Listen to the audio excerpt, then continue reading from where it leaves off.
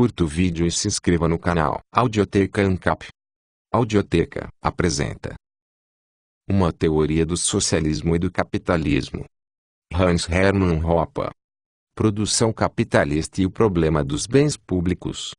Tentamos demolir o socialismo tanto no campo econômico quanto na esfera moral, tendo reduzido-o a um fenômeno de significado exclusivamente sociopsicológico, ou seja, um fenômeno cuja existência exclui tanto a boa economia quanto a boa moral. Suas raízes foram explicadas em termos de agressão e da influência corruptora que uma política de divide et impera exerce na opinião pública. O último capítulo retorna à economia para desferir os golpes finais no socialismo, ocupando-se da tarefa construtiva de explicar o funcionamento de uma ordem social capitalista como a rival economicamente superior do socialismo e pronta para ser adotada a qualquer momento. Em termos de avaliações dos consumidores, o capitalismo foi indicado como sendo superior no que tange à alocação dos fatores de produção, à qualidade da fabricação dos bens produzidos e à preservação dos valores incorporados ao capital ao longo do tempo. Foi, de fato, demonstrado que não constitui, de modo algum, qualquer problema especial o problema do monopólio supostamente associado ao sistema de puro mercado. Em vez disso, tudo o que foi dito sobre o funcionamento normalmente mais eficiente do capitalismo também é verdade no que se refere aos produtores monopolistas, na medida em que eles estão realmente sujeitos ao controle das aquisições voluntárias ou das abstenções voluntárias ocorridas nas compras realizadas pelos consumidores. Este último capítulo analisará um argumento especial cada vez mais citado e que supostamente exige algumas alterações na tese da superioridade econômica do capitalismo, o argumento da produção dos chamados bens públicos, particularmente a provisão de segurança. Se o que foi dito no capítulo anterior sobre o funcionamento de uma economia de mercado é verdade, e se os monopólios são completamente inofensivos para os consumidores, uma vez que os consumidores têm o direito de boicotá-los e entrar livremente no mercado de produtores que competem entre si, se deve então chegar à conclusão de que tanto por razões morais quanto por razões econômicas a produção de todos os bens e serviços deveria ser deixada nas mãos da iniciativa privada. E, particularmente, deduz-se que mesmo a produção da lei e da ordem, da justiça e da paz, aquelas coisas que se pensa como sendo os candidatos mais prováveis de bens fornecidos pelo Estado pelas razões explicadas no capítulo 8, deveriam ser fornecidas privadamente por um mercado competitivo. Essa é, de fato, a conclusão formulada por G. de Molinari, um renomado economista belga, no início de 1849, numa época em que o liberalismo clássico ainda era a força ideológica dominante. Economista e socialista eram geralmente considerados, e legitimamente,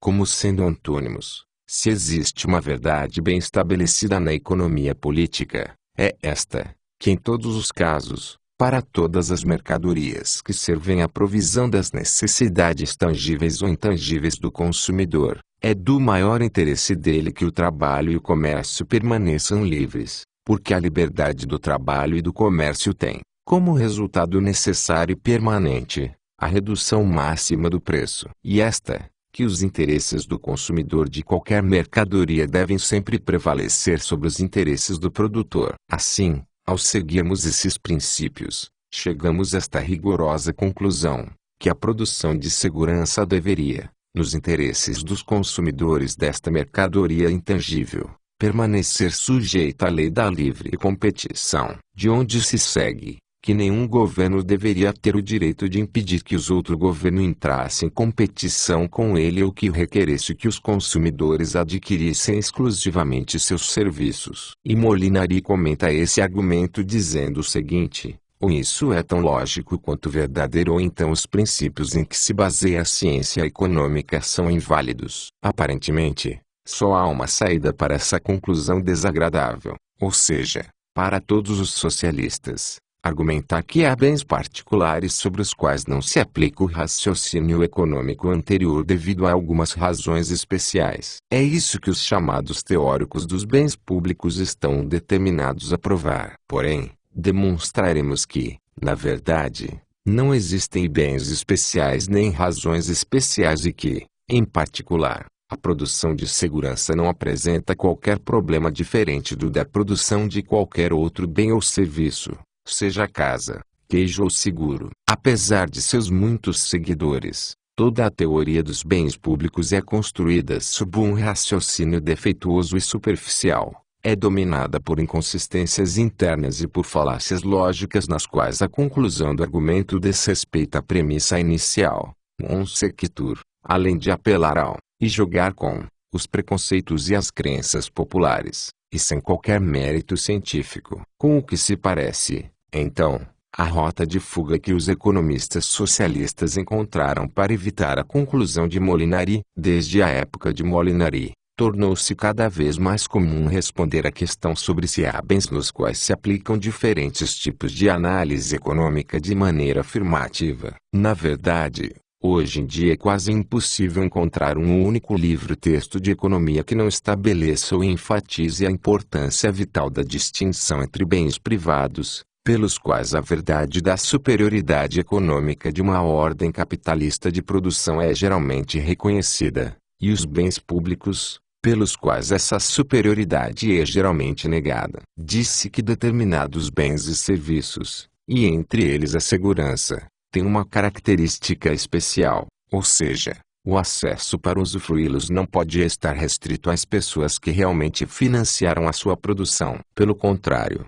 as pessoas que não os financiaram também podem aproveitar os seus benefícios. Esses bens são chamados de bens ou serviços públicos, em oposição aos bens ou serviços privados, que beneficiam exclusivamente as pessoas que realmente pagaram por elas. Argumenta-se que é devido a essa característica especial que os bens públicos não podem ser produzidos pelos mercados ou, pelo menos, não em quantidade ou qualidade suficientes, e, portanto, exige-se uma ação estatal compensatória. Os exemplos apresentados por diferentes autores para os supostos bens públicos variam de forma ampla. Eles muitas vezes classificam os mesmos bens e serviços de forma diferente, não deixando de discutir quase nenhuma classificação de um bem específico. Isso prenuncia claramente o caráter ilusório de toda a distinção. Contudo, alguns exemplos de bens públicos que desfrutam particularmente de um status popular são os bombeiros que impedem um incêndio na casa do vizinho, o que permite que ele lucre com a ação do meu corpo de bombeiros mesmo que não contribua com nada para financiá-lo, ou a polícia, que ao fazer a ronda nos arredores da minha propriedade também assusta os ladrões em potencial da propriedade do meu vizinho, mesmo que ele não ajude a financiá-la, ou o farol. Um exemplo particularmente caro aos economistas, que ajuda as embarcações a encontrar a sua rota, mesmo que seus proprietários não contribuam com um centavo para a sua construção ou manutenção. Antes de continuar com a apresentação e o exame crítico da teoria dos bens públicos, permita-nos investigar o quanto é útil a distinção entre bens públicos e privados para ajudar a decidir o que deve ser produzido privadamente e o que deve ser produzido pelo Estado ou com a sua colaboração. Até a análise mais superficial não poderia deixar de mostrar que o uso desse suposto critério, em vez de apresentar uma solução sensata, resultaria num problema profundo. Embora, pelo menos, à primeira vista pareça que alguns bens e serviços fornecidos pelo Estado devam realmente ser qualificados como bens públicos, certamente não é óbvio quantos bens e serviços atualmente produzidos pelos Estados poderiam receber o título de bens públicos. Ferrovias, correios, telefonia, ruas e similares parecem ser bens cujo uso pode estar restrito às pessoas que realmente os financiaram e, portanto, parecerem ser bens privados. E também parece ser em muitos aspectos o caso da segurança, esse bem multidimensional. Tudo o que pudesse ser obtido do seguro teria que ser qualificado como um bem privado. No entanto, isso não é o suficiente. Na medida em que os bens fornecidos pelo Estado parecem ser bens privados, muitos bens produzidos privadamente parecem se encaixar na categoria de bens públicos. Claramente, meus vizinhos lucrariam com meu bem cuidado jardim de rosas, eles poderiam desfrutar à vista sem jamais me ajudar com o jardim. O mesmo acontece com todos os tipos de melhorias que eu pudesse realizar na minha propriedade e que também valorizaria o valor da propriedade da vizinhança. Mesmo aquelas pessoas que não quisessem depositar o dinheiro no chapéu poderiam lucrar com a apresentação de uma música de rua. E os colegas viajando num ônibus iriam lucrar com o fato de usar desodorante, mesmo que não quisessem me ajudar a comprá-lo. E todo mundo que jamais teve contato comigo lucraria com meus esforços, realizados sem seu apoio financeiro, para me tornar uma pessoa mais amável. Agora, todos esses bens, jardins de rosa, melhorias na propriedade, música de rua, desodorantes, aperfeiçoamento da personalidade, uma vez que claramente parecem possuir as características de bens públicos, têm que ser fornecidos pelo Estado ou ter a sua colaboração. Como indicaram esses últimos exemplos de bens públicos produzidos de forma privada, há algo de muito errado com a tese dos teóricos dos bens públicos de que esses bens não podem ser produzidos pelo setor privado e exigem uma intervenção estatal. Claramente, eles podem ser fornecidos pelos mercados. Além do mais, a evidência histórica nos mostra que todos os supostos bens públicos que o Estado agora provê, na verdade, foram em algum momento do passado fornecidos por empreendedores privados, ou mesmo hoje ainda são em um ou outro país. Por exemplo, os Correios já foram privados em quase todos os lugares, as ruas eram financiadas privadamente e em alguns casos ainda são. Mesmo os amados faróis foram originalmente criados por empresas privadas, forças policiais privadas, investigadores e árbitros ainda existem, e ajuda aos doentes, aos pobres, aos idosos, aos órfãos e às viúvas tem sido tradicionalmente uma área de atuação das organizações privadas de caridade. Afirmar que essas coisas não podem ser produzidas por um sistema de puro mercado é falsificar exponencialmente a experiência. Além dessa, surgem outras dificuldades quando a distinção entre bens públicos e privados é utilizada para decidir o que deixar ou não para ser realizadas pelo mercado. E se, por exemplo, a produção dos supostos bens públicos teve consequências negativas para terceiros, ou se as consequências foram positivas para alguns e negativas para outros. E se o vizinho cuja casa foi salva do incêndio pelo meu corpo de bombeiros desejasse que ela tivesse sido incendiada,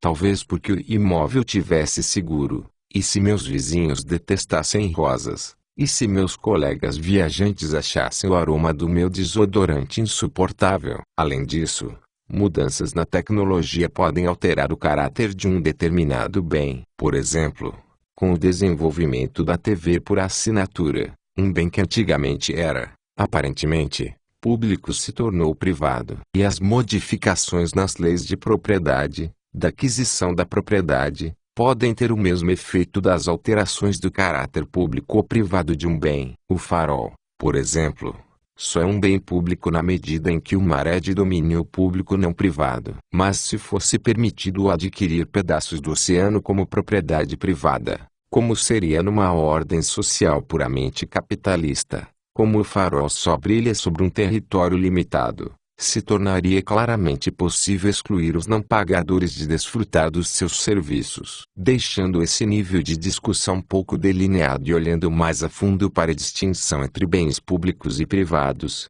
esta acaba sendo uma diferenciação inteiramente ilusória. Não existe uma dicotomia clara entre bens públicos e privados e isso é essencialmente a razão pela qual pode haver tantas discordâncias sobre como classificar determinados bens. Todos os bens são mais ou menos privados ou públicos e podem, e constantemente o fazem, mudar no que tange ao seu grau de privacidade, publicidade a partir da mudança dos valores e das avaliações das pessoas. E com as alterações na formação da população, eles nunca se enquadram, de uma vez por todas, dentro de uma ou de outra categoria. Para reconhecer esse aspecto, devemos recordar o que é que faz de algo um bem. Para que algo seja um bem tem que ser pensado e tratado como sendo escasso. Isto é, algo não é um bem por si mesmo, mas é um bem aos olhos do observador. Nada é um bem sem, pelo menos, uma pessoa avaliá-lo subjetivamente como tal. Mas uma vez que bens nunca são bens,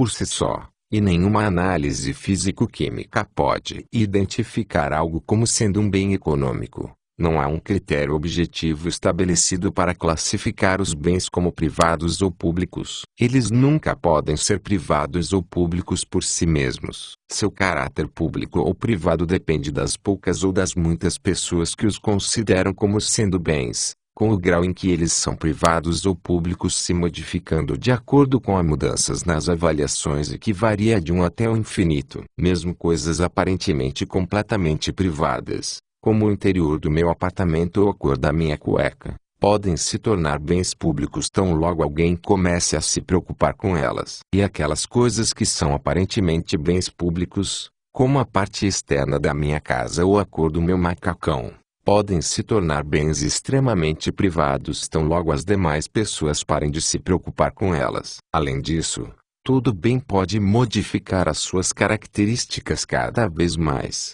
e pode até mesmo se transformar de um bem público ou privado para um mal público ou privado e vice-versa, dependendo unicamente das mudanças na preocupação ou na indiferença. Porém, se for assim, qualquer que seja a decisão, não pode se basear na classificação de bens como privados ou públicos. Na verdade, para fazê-lo se tornaria necessário não só efetivamente perguntar a cada indivíduo se ele passou ou não a se preocupar positiva ou negativamente com cada bem individual e também, talvez, em que medida, a fim de determinar quem deve lucrar e quem deve, portanto, participar de seu financiamento. E como se poderia saber se eles estavam dizendo a verdade?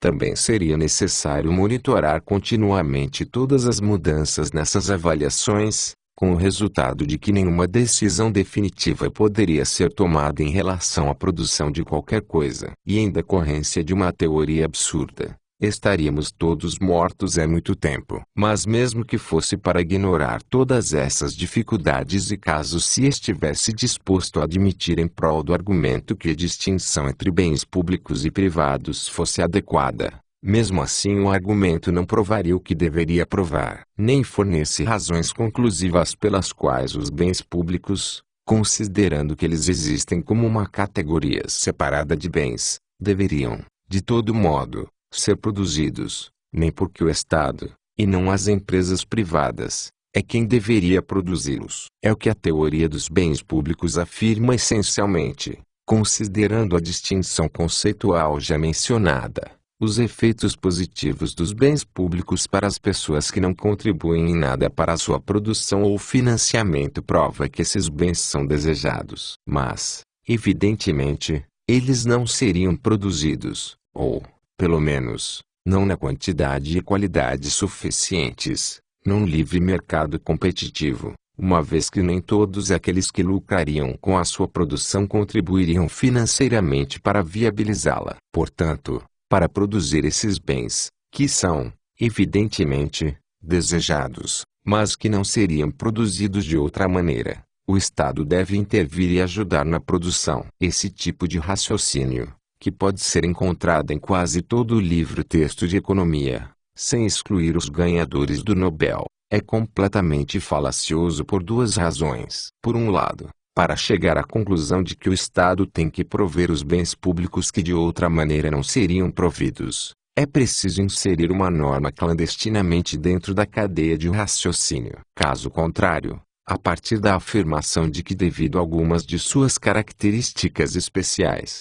determinados bens não seriam produzidos, nunca se poderia chegar à conclusão de que esses bens deveriam ser produzidos. Mas com a exigência de uma norma para justificar a sua conclusão, os teóricos dos bens públicos abandonaram claramente os limites da economia como uma ciência positiva isenta de juízos de valor, Wirt Frey. Pelo contrário, eles transgrediram a moral e a ética e, portanto, seria de se esperar que apresentassem uma teoria da ética como uma disciplina cognitiva para que pudessem fazer o que fazem de forma legítima, e para que dela extraíssem, de fato, conclusões justificadas. Mas dificilmente se pode enfatizar o suficiente que em nenhum lugar da literatura teórica dos bens públicos é possível encontrar qualquer coisa que se assemelhe vagamente a uma teoria cognitiva da ética. Assim, Deve-se demonstrar desde o começo que os teóricos dos bens públicos estão fazendo mau uso de qualquer que seja o prestígio que eles tenham como economistas positivos ao se pronunciarem a respeito de assuntos sobre os quais,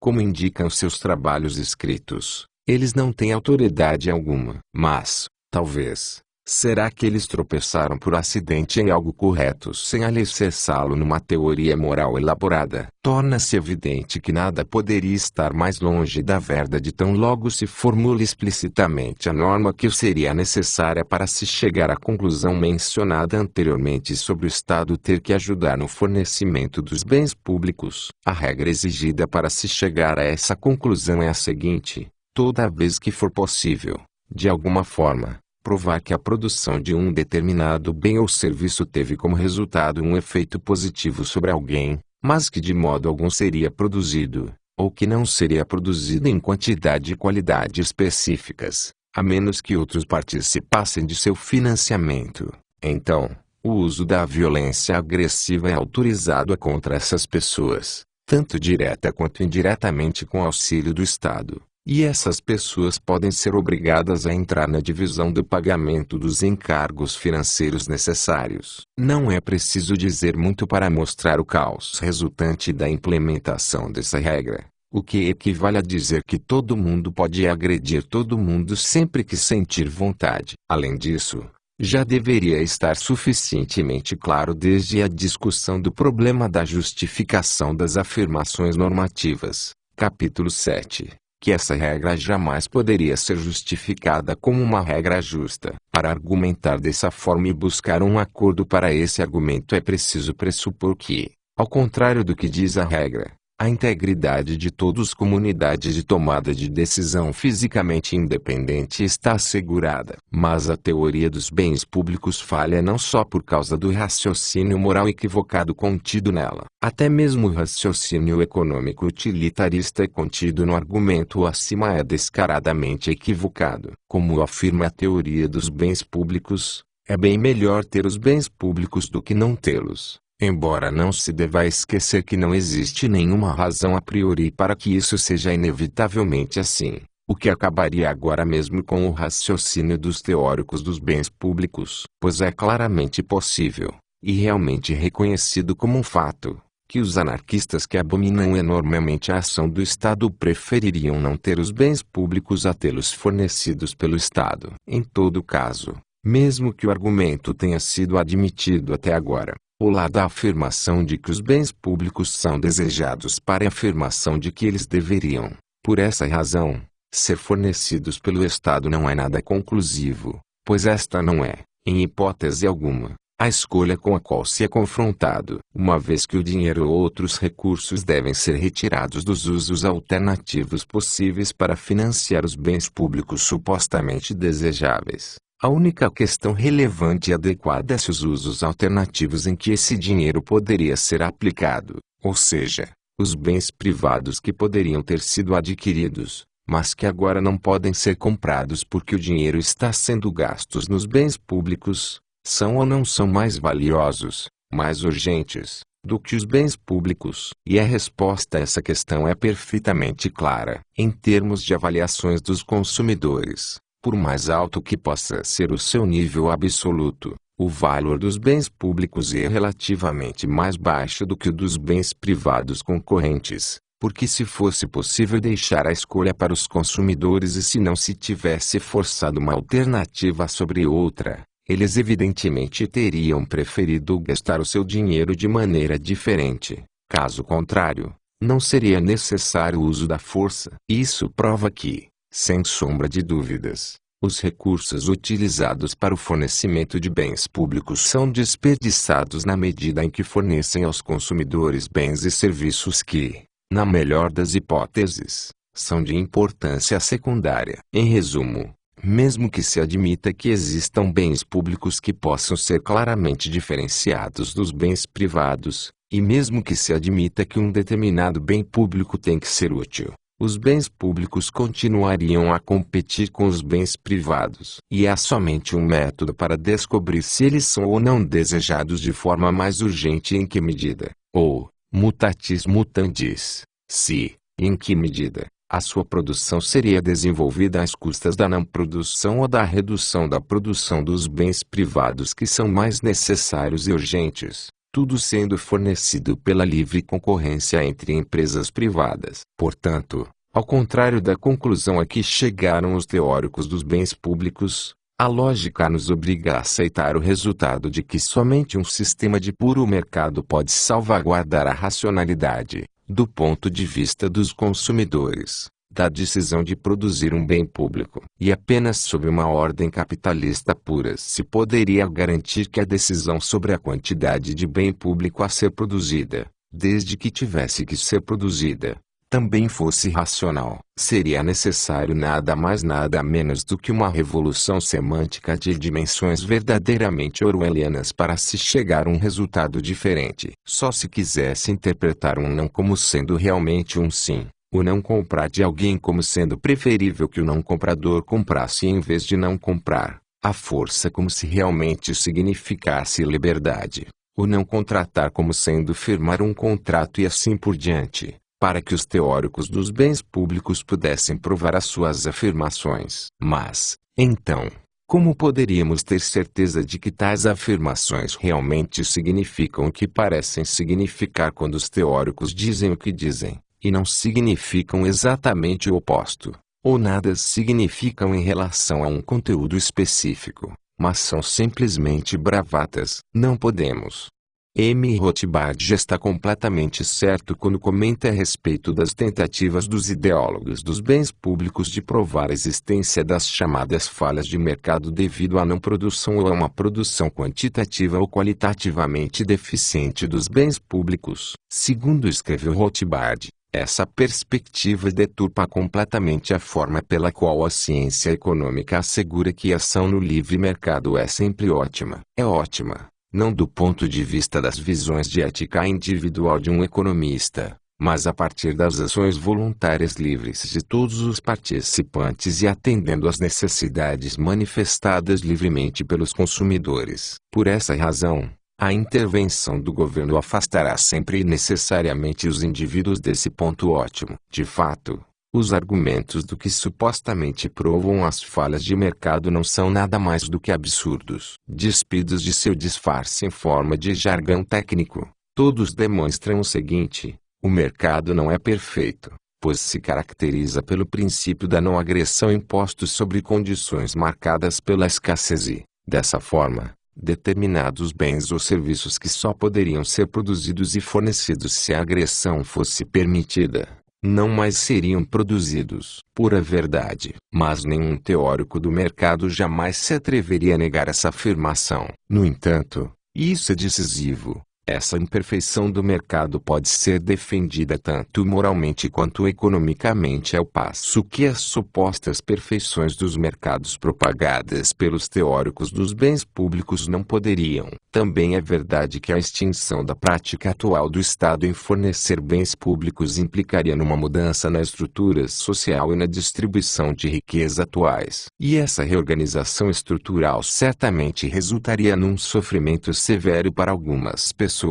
Na realidade, isso é precisamente a razão pela qual há uma resistência pública a uma política de privatização das funções estatais, apesar de que no longo prazo a riqueza social total seria aumentada. Seguramente, porém, esse fato não pode ser aceito como um argumento válido para demonstrar as falhas de mercado. Se um indivíduo que havia sido autorizado a bater na cabeça das demais pessoas fosse agora proibido de continuar com essa prática, ele certamente seria prejudicado. Mas dificilmente se aceitaria esta como uma desculpa válida para manter a regra antiga de bater. Ele foi prejudicado em relação a um sistema no qual alguns consumidores tinham o direito de determinar e não permitir o que os outros consumidores poderiam comprar de acordo com as suas preferências e com os meios adquiridos por eles de forma justa e que estão à sua disposição. Mas prejudicá-los significou substituir uma ordem social existente na qual todo consumidor passou a ter o direito igual de determinar o que e quanto de algo será produzido. E, certamente, essa substituição da estrutura social seria preferível do ponto de vista de todos os consumidores enquanto consumidores voluntários. Assim, Pela força do raciocínio lógico, deve-se aceitar a conclusão já citada de Molinari, segundo a qual, para o bem dos consumidores, todos os bens e serviços sejam fornecidos pelos mercados. Não é apenas falso que existam categorias claramente diferenciadas de bens que forneceriam acréscimos especiais à tese geral da necessária superioridade econômica do capitalismo. Mesmo que existissem, não se poderia encontrar uma razão especial pela qual esses bens públicos supostamente especiais também não devessem ser produzidos por empresas privadas, uma vez que invariavelmente competem com os bens privados. Na verdade, apesar de toda a propaganda por parte dos teóricos dos bens públicos, a maior eficiência dos mercados quando comparada com a do Estado tem sido constatada em relação a um número cada vez maior de supostos bens públicos. Confrontado diariamente com a experiência, dificilmente qualquer um que estude seriamente essas questões seria capaz de negar que atualmente os mercados poderiam fornecer de forma mais efetiva os serviços de correios e as ferrovias, eletricidade, telefonia, educação, moeda, rodovias e assim por diante, ou seja, satisfazer mais os consumidores do que o Estado faria. No entanto, as pessoas ficam geralmente reticentes em aceitar aquilo que a força da lógica impõe num setor específico, a produção de segurança. Portanto, no restante deste capítulo será explicado o funcionamento superior de uma economia capitalista nessa área em particular. Uma superioridade cujo argumento lógico já foi desenvolvido, mas que deve ser apresentado de forma mais persuasiva quando algum material empírico for acrescentado à análise e quando esta for estudada como um problema resultante de suas próprias afirmações. Como funcionaria um sistema de produtores de segurança concorrentes e não monopolistas? Deve estar claro desde o início que ao responder essa questão saímos do âmbito da análise puramente lógica e, portanto, as respostas devem necessariamente prescindir das certezas, o caráter apodítico das declarações sobre a validade da teoria dos bens públicos. O problema enfrentado é precisamente análogo àquele em que se pergunta como um mercado resolveria o problema da produção de hambúrguer, especialmente se até este momento os hambúrgueres haviam sido produzidos exclusivamente pelo Estado e, consequentemente, não seria possível se basear numa experiência do passado. Só seria possível formular tentativas de respostas. Ninguém seria capaz de saber a estrutura exata da indústria de hambúrguer, quantas empresas concorrentes seriam criadas, qual importância essa indústria deveria ter quando comparada às outras, com o que os hambúrgueres deveriam se parecer, quantos diferentes tipos de hambúrgueres surgiriam no mercado e quantos, talvez, desaparecessem pela falta de demanda, e assim por diante. Ninguém seria capaz de saber todas as circunstâncias e mudanças que ocorreriam ao longo do tempo e que influenciariam a própria estrutura da indústria de hambúrguer.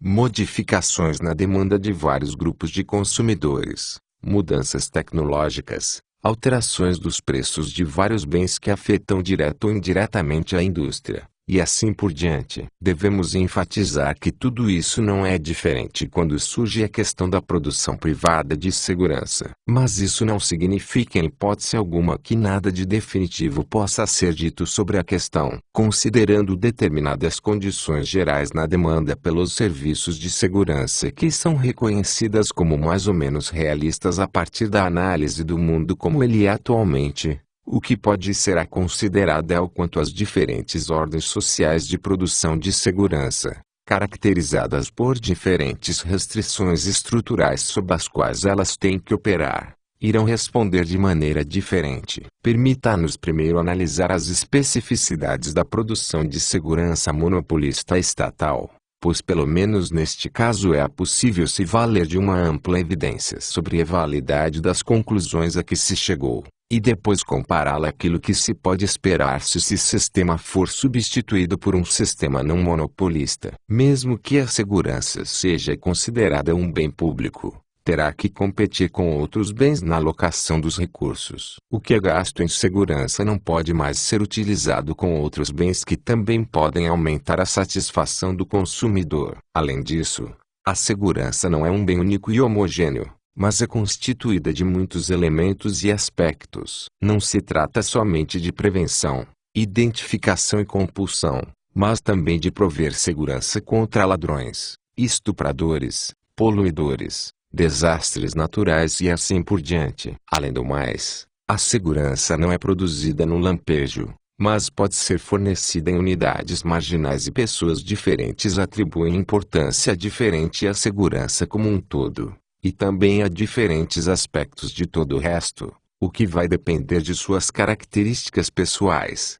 de suas experiências do passado com os vários fatores de insegurança, e do tempo e lugar nos quais possam viver. Agora, aqui retornamos ao problema econômico fundamental da alocação dos recursos escassos para usos concorrentes. Como pode o Estado, uma organização que não é exclusivamente financiada por contribuições voluntárias e pela venda de seus produtos, mas parcialmente ou no todo por impostos, decidir o quanto produzir de segurança, a quantidade de cada um de seus inúmeros aspectos, para quem, onde e o que? A resposta é que não há uma maneira racional de decidir essa questão. Do ponto de vista dos consumidores, a sua resposta às demandas de sua segurança deve ser considerada arbitrária. Precisamos de um policial e de um juiz ou de 100 mil de cada um deles. Eles devem receber os $100 ou os $10 mil por mês, independentemente de quantos houver. Os policiais devem dedicar mais tempo fazendo a ronda das ruas, perseguindo assaltantes, recuperando bens roubados ou vigiando os praticantes de crimes sem vítimas, como a prostituição, o uso de drogas e o contrabando. E os juízes devem dedicar mais tempo e energia cuidando de divórcios, infrações de trânsito, furtos, assassinatos ou conflitos relacionados a casos de antitruste. Claramente, todas essas questões devem ser respondidas de algum modo, porque assim como há escassez e não vivemos no jardim do Éden, o tempo e o dinheiro gastos em uma coisa não podem ser gastos em outra. O Estado também tem que responder essas questões, mas qualquer que seja a forma que responda, responderá sem estar sujeito ao critério do lucro e prejuízo. Portanto, sua ação é arbitrária e, portanto, do ponto de vista do consumidor, envolve necessariamente incontáveis desperdícios relacionados à má distribuição. Independentemente do amplo nível de desejos do consumidor, como todo mundo sabe, os produtores de segurança empregados pelo Estado fazem o que eles querem. Eles ficam vagabundeando em vez de fazer alguma coisa, e, se trabalham, preferem fazer o que é mais fácil ou trabalhar onde podem ter algum poder, em vez de servir os consumidores. Os policiais dedicam muito tempo a rodar de carro, a atormentar quem comete pequenas infrações de trânsito e gastam enormes quantidades de recursos financeiros investigando crimes sem vítimas que muitas pessoas, ou seja, aquelas que não estão envolvidas, não concordariam, mas que poucas estariam dispostas a gastar o seu dinheiro nessas ações porque não são diretamente afetadas por elas. Ainda em relação àquilo que os consumidores querem de forma mais urgente, a prevenção de crimes graves, ou seja, com vítimas, a identificação e punição efetiva desse tipo de criminoso, a recuperação dos bens roubados e a garantia de que as vítimas dos crimes sejam compensadas pelos agressores. Os policiais são notoriamente ineficientes, apesar das alocações orçamentárias cada vez mais altas. Além disso, aqui retornamos ao problema da qualidade mais baixa da produção, com determinadas alocações, pois o que quer que a polícia ou os juízes estatais façam da maneira arbitrária, como tem que ser, uma vez que seus rendimentos são mais ou menos independentes das avaliações dos consumidores dos respectivos serviços que executam, eles tenderão a desenvolvê-los de maneira deficiente. E assim observamos a arbitrariedade e a brutalidade policial e a lentidão do processo judicial. Além disso, é impressionante que nem a polícia nem o sistema judicial ofereçam aos consumidores qualquer coisa que vagamente se assemelhe a um contrato de serviço no qual se estabeleceria em termos inequívocos para informar ao consumidor qual procedimento seria posto em prática numa situação específica.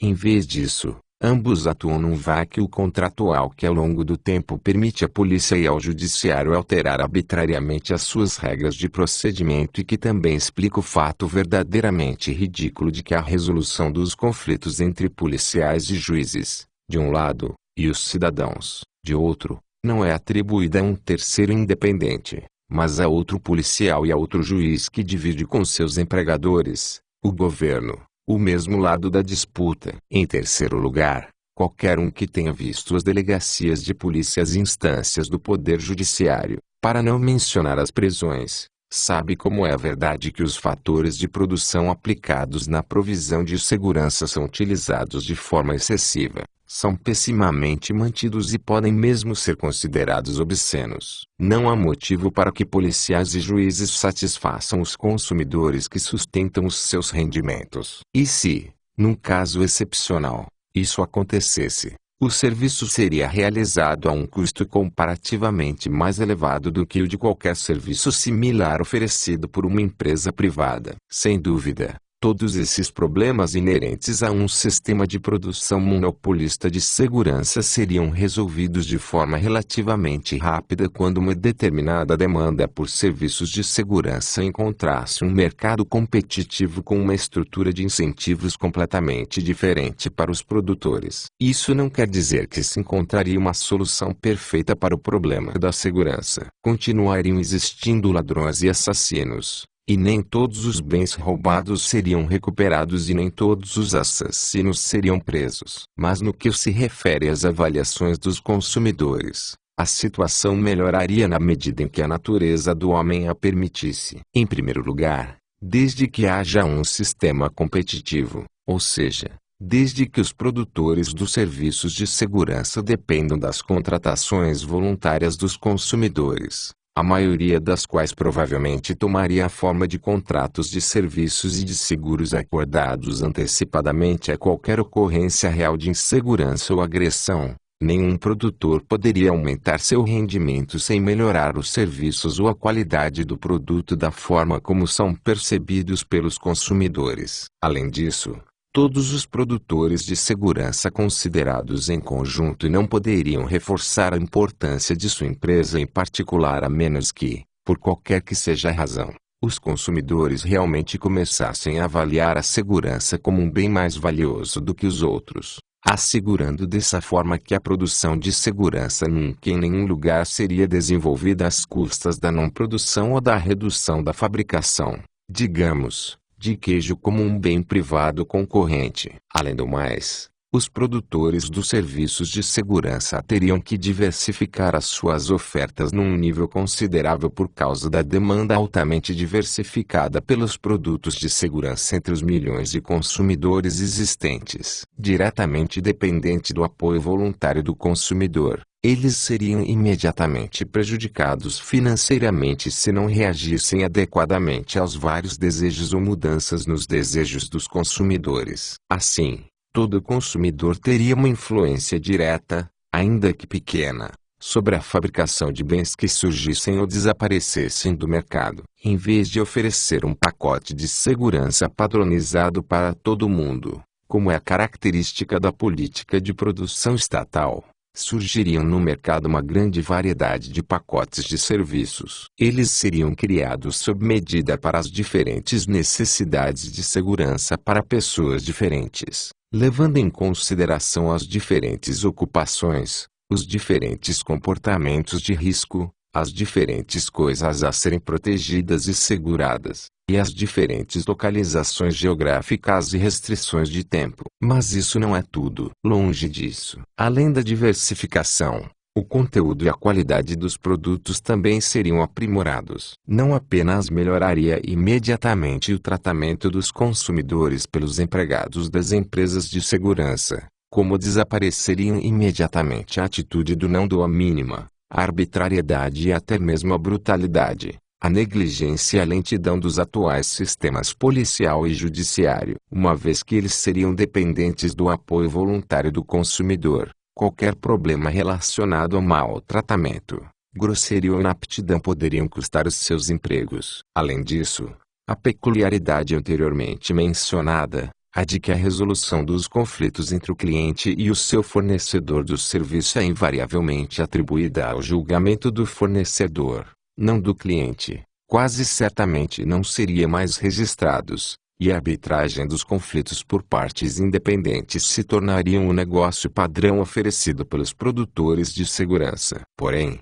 ainda mais importante, a fim de atrair e manter os consumidores, os produtores desses serviços teriam que oferecer contratos que permitiriam ao consumidor saber o que ele estivesse comprando e habilitá-lo a fazer uma reclamação válida e intersubjetivamente determinada, caso o desempenho real do produtor de segurança descumprisse as obrigações acordadas. E mais especificamente, à medida em que não são contratos de serviços individualizados onde o pagamento é feito pelos consumidores para cobrir exclusivamente os seus próprios riscos, mas, em vez disso, contratos próprios de seguro que levassem em consideração a conjunção de seus próprios riscos com os de outras pessoas. Ao contrário da prática estatista vigente, a maioria desses contratos certamente não mais teriam qualquer esquema redistributivo deliberadamente construído para favorecer um grupo de pessoas em detrimento de outro. Caso contrário,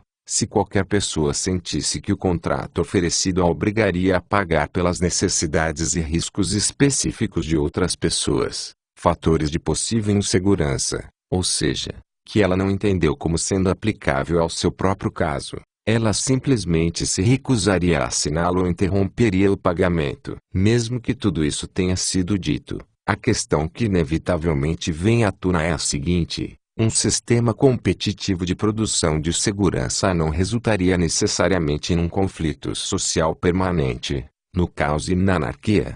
Há vários pontos a serem tratados sobre essa suposta crítica. Em primeiro lugar, deve ser observado que essa impressão não estaria em hipótese alguma de acordo com evidência empírica e histórica. Sistemas de instâncias judiciárias concorrentes existiram em diversos lugares, como na antiga Irlanda ou na época da Liga Hanseática, antes da chegada do moderno Estado-nação, e, tanto quanto sabemos, funcionavam muito bem. A julgar pelo índice de criminalidade da época, crime per capita, a polícia privada do Velho Oeste que, a propósito, não era tão selvagem como alguns filmes insinuam, era relativamente mais bem-sucedida do que a polícia estatal de hoje. E voltando à experiência e aos exemplos contemporâneos, existem até hoje milhões de contatos internacionais, contatos de comércio e de viagem, e, certamente, parece ser um exagero dizer, por exemplo, que há mais fraude, mais crime, mais quebra de contrato na esfera internacional do que nas relações domésticas nos países. E isso é assim, é preciso observar, sem que haja um grande produtor de segurança monopolista e legislador. Finalmente, não se deve esquecer que mesmo hoje num grande número de países há vários produtores de segurança privada que atuam paralelamente ao Estado, investigadores particulares e os das seguradoras e árbitros privados. Em relação ao seu trabalho, a impressão parece confirmar a tese de que eles são mais, não menos, bem-sucedidos em resolver os conflitos sociais do que os seus análogos públicos. Porém, essa evidência histórica está enormemente sujeita à disputa, particularmente sobre se qualquer informação geral pode ser derivada daquela. No entanto, também há razões sistemáticas que mostram por que o receio manifestado na crítica já mencionada não é bem fundamentado. Por mais paradoxal que isso possa parecer à primeira vista,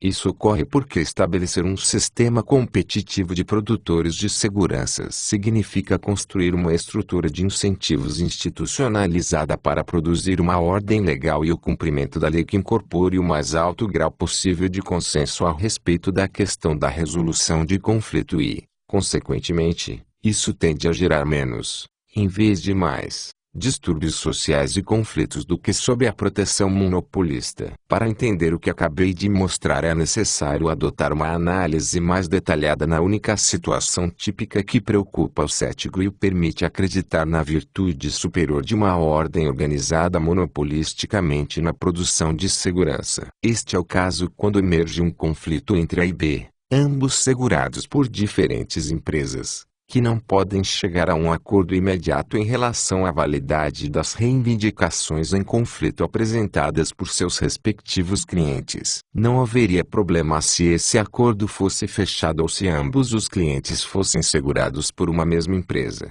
Pelo menos, o problema não seria de forma alguma diferente daquele que emergisse sob um monopólio estatista. Tal situação não resultaria sempre num confronto armado. Isso seria altamente improvável. Em primeiro lugar, toda batalha violenta entre empresas seria onerosa e arriscada, especialmente se essas empresas atingissem um tamanho considerável, o que seria importante para elas aparecerem como garantidoras efetivas da segurança para seus potenciais clientes. Porém, mais importante, sob um sistema competitivo com cada empresa dependente da continuação dos pagamentos voluntários dos consumidores, qualquer batalha teria que ser deliberadamente apoiada por cada cliente de ambas as empresas. Se houve uma única pessoa que suspendesse seus pagamentos porque não estava convencida de que a batalha era necessária num conflito específico prestes a acontecer, haveria uma pressão econômica imediata sobre a empresa para buscar uma solução pacífica para a disputa. Consequentemente, todo produtor concorrente de segurança se posicionaria de forma extremamente cautelosa diante da possibilidade de adotar medidas violentas para a resolução de conflitos. Pelo contrário, na medida em que o que os consumidores querem é uma resolução pacífica para o conflito, cada um dos produtores de segurança iria o mais longe possível para adotar medidas pacíficas para seus clientes e determinar antecipadamente, para que todos soubessem, o processo de arbitragem ao qual estaria disposto a se submeter aos seus clientes em caso de uma discordância sobre a avaliação das reivindicações em conflito. E como esse esquema só poderia parecer aos clientes de empresas diferentes como realmente eficiente se houvesse um acordo entre elas a respeito dessas medidas de arbitragem, um sistema legal que governasse as relações entre empresas e que fosse universalmente aceito pelos clientes de todos os produtores concorrentes de segurança evoluiria naturalmente. Além disso, seria ainda mais intensa a pressão econômica para produzir regras que representassem um consenso sobre como os conflitos devem ser administrados. Sob um sistema competitivo de árbitros independentes, a quem seria atribuída a responsabilidade de encontrar soluções pacíficas para os conflitos, eles seriam dependentes do suporte contínuo das duas empresas em disputa, na medida em que estas poderiam e selecionariam juízes diferentes caso qualquer uma ficasse muito insatisfeita com o resultado do trabalho da arbitragem. Assim, esses juízes estariam sob pressão para achar soluções para os problemas que estão sob sua responsabilidade. Dessa vez não no que se refere aos aspectos procedimentais da lei, mas ao seu conteúdo, e que seriam aceitas num determinado caso por todos os clientes das empresas envolvidas como soluções justas e corretas. Caso contrário, uma ou todas as empresas poderiam perder alguns de seus clientes, e para evitar que isso ocorra, escolheriam outro árbitro na próxima vez em que precisassem do serviço. Mas não seria possível que num sistema de concorrência as empresas de segurança violassem a lei. Ou seja, uma empresa que, financiada por seus clientes, iniciasse agressão contra outras empresas. Certamente, não há forma de negar que isso seja possível. Embora novamente deva ser enfatizado que aqui se está no âmbito da ciência social empírica e ninguém poderia saber com certeza a respeito dessa possibilidade. No entanto, é falaciosa a insinuação tácita de que a possibilidade de uma empresa de segurança violar de algum modo a lei indicaria uma deficiência grave na filosofia e na economia de uma ordem social capitalista pura. Em primeiro lugar, devemos relembrar que todo sistema social, e não menos uma ordem estatista socialista do que uma economia de puro mercado, depende da opinião pública para garantir a sua existência contínua e que uma determinada condição da opinião pública delimita o tempo todo o que pode ou o que não pode ocorrer, o que é mais ou menos provável de acontecer numa determinada sociedade. A situação atual da opinião pública na Alemanha Ocidental, por exemplo, faz com que seja altamente improvável ou até mesmo impossível que um sistema estatista socialista do tipo russo possa ser imposto aos alemães ocidentais. A falta de apoio público a esse sistema o destruiria, conduzindo-o ao fracasso e ao colapso. E seria ainda mais improvável que qualquer tentativa de impor uma ordem similar à da Rússia pudesse ser bem-sucedida entre os americanos, considerando a opinião pública americana. Portanto, para analisar corretamente o problema das empresas que violassem a lei, a questão acima deveria ser reformulada da seguinte forma: qual a probabilidade de que algo do tipo ocorresse numa determinada sociedade com um estado específico da opinião pública? Formulado dessa forma, é claro que a resposta teria que ser diferente para diferentes sociedades. Em algumas sociedades, caracterizadas por ideias socialistas profundamente arraigadas na população, haveria uma grande probabilidade do ressurgimento de empresas agressoras, e em outras sociedades, haveria uma chance muito menor de que isso acontecesse. Mas haveria a perspectiva de um sistema competitivo de produção de segurança num determinado caso ser melhor ou pior do que a continuação de um sistema estatal. Permita-nos analisar,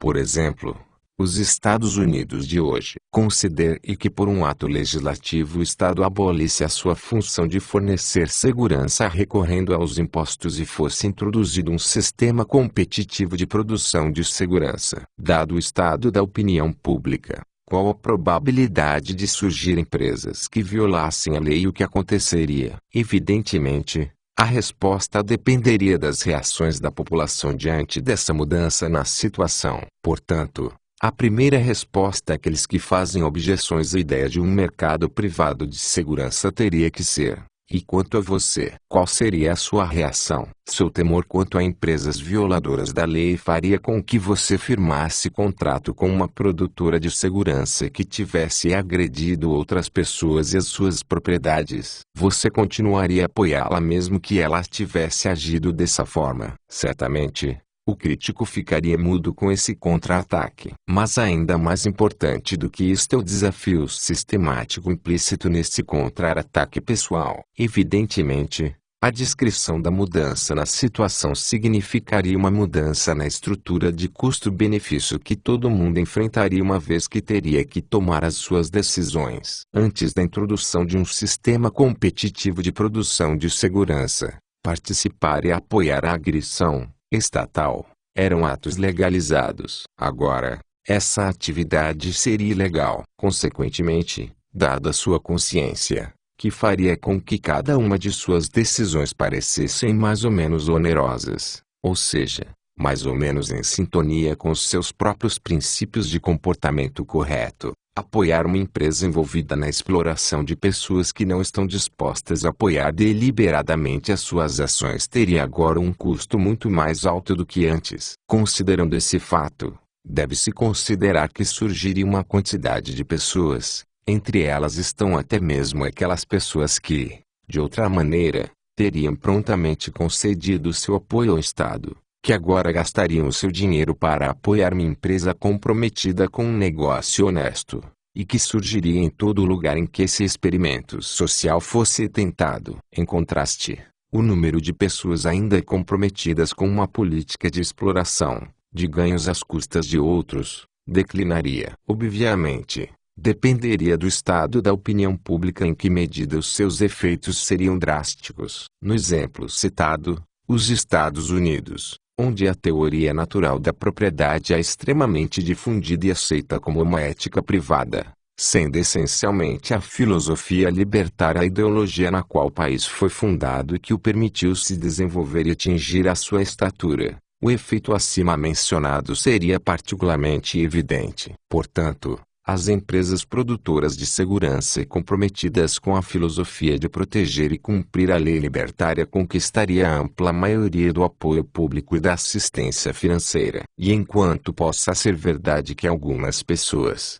e, entre elas, especialmente aquelas que lucraram com a antiga ordem, devam continuar a apoiar uma política de agressão, é bastante improvável que o sejam em quantidade e tenham capacidade financeira suficientes para serem bem-sucedidos nesse apoio. Pelo contrário, O resultado provável seria que as empresas honestas desenvolvessem a força necessária, sozinhas ou num esforço conjunto e apoiadas pelos seus consumidores voluntários, para identificar o surgimento de produtoras ilegais e destruí-las onde quer que, e toda vez que, elas aparecessem. E se contra todas as probabilidades os produtores de segurança perdessem a luta para manter um livre mercado na produção de segurança e ressurgisse um monopólio ilegal, simplesmente, teríamos, de novo, um Estado. Em todo caso, implementar um sistema social puramente capitalista com produtores privados de segurança, um sistema que permitisse a liberdade de escolha, seria necessariamente melhor do que aquele que temos atualmente. Mesmo que essa ordem entrasse em colapso por causa da grande quantidade de pessoas que ainda estivessem comprometidas com uma política de agressão e exploração de outras pessoas, a humanidade teria pelo menos experimentado um glorioso interlúdio. E caso essa ordem sobrevivesse, o que parece ser o resultado mais provável, seria o começo de um sistema de justiça e de prosperidade econômica jamais vistos na história.